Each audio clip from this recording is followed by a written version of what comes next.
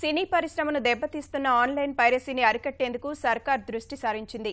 ఈ మేరకు సినీ నిర్మాతల మండలి, ఇంటర్నెట్ సర్వీస్ ప్రొవైడర్స్ ప్రతినిధులతో ఐటీ శాఖ మంత్రి కేటీఆర్ సచివాలయంలో సమావేశమయ్యారు. పైరసీ వల్ల సినీ పరిశ్రమ ఎదుర్కొంటున్న సమస్యలపై చర్చించారు.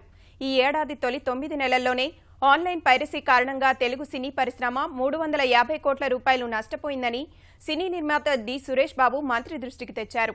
ఆన్లైన్ పైరసీకి పాల్పడుతున్న 200 సైట్లకు సంబంధించిన వివరాలను మంత్రి కేటీఆర్కు అందించారు. ఆన్లైన్ పైరసీకి పాల్పడుతున్న వారిపై కఠిన చర్యలకు సిద్ధమవుతోంది. ఒక 2 వారాల ముందు మినిస్టర్ గారిని కలిసి ఆన్లైన్ పైరసీ ఎంత ప్రాబ్లం చేస్తుందనేది మినిస్టర్ గారికి చెప్పాము. వెంటనే ఆనరబుల్ మినిస్టర్ గారు ఇవాళ ఐఎస్పీ ప్రొవైడర్స్ అందరినీ పిలిచి, పోలీస్ డిపార్ట్మెంట్, సైబర్ క్రైమ్ని పిలిచి, ఫిల్మ్ ఇండస్ట్రీ వాళ్ళు, తెలుగు ఫిల్మ్ చేంబర్ ఆఫ్ కామర్స్లో యాంటీ వీడియో పైరసీ సెల్లో కండక్ట్ చేసిన ఇన్ఫర్మేషన్ అంతా మేము ప్రజెంట్ చేసాం.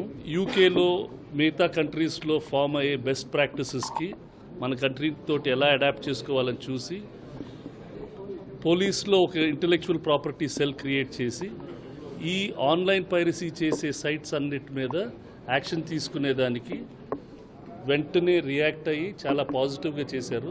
ఇంతకుముందు చాలా చిన్న వాళ్ళు, ఏదో స్మాల్ టైం రౌడీస్ చిన్న లెవెల్స్లో చేస్తూ ఉండేవాళ్ళు. ఇప్పుడు ఈ క్రైమ్ బాగా ఎడ్యుకేటెడ్ పీపుల్, పెద్ద పెద్ద కంపెనీల్లో పనిచేసే వాళ్ళు, ఇంజనీరింగ్ కాలేజ్ స్టూడెంట్స్, సొసైటీలో ఉండే సోషల్ ఫ్యాబ్రిక్నే చెడగొట్టేసే సిచ్యువేషన్ క్రియేట్ అవుతుంది. దీనికి మినిస్టర్ గారు రియాక్ట్ అయ్యి is taken very very positive steps.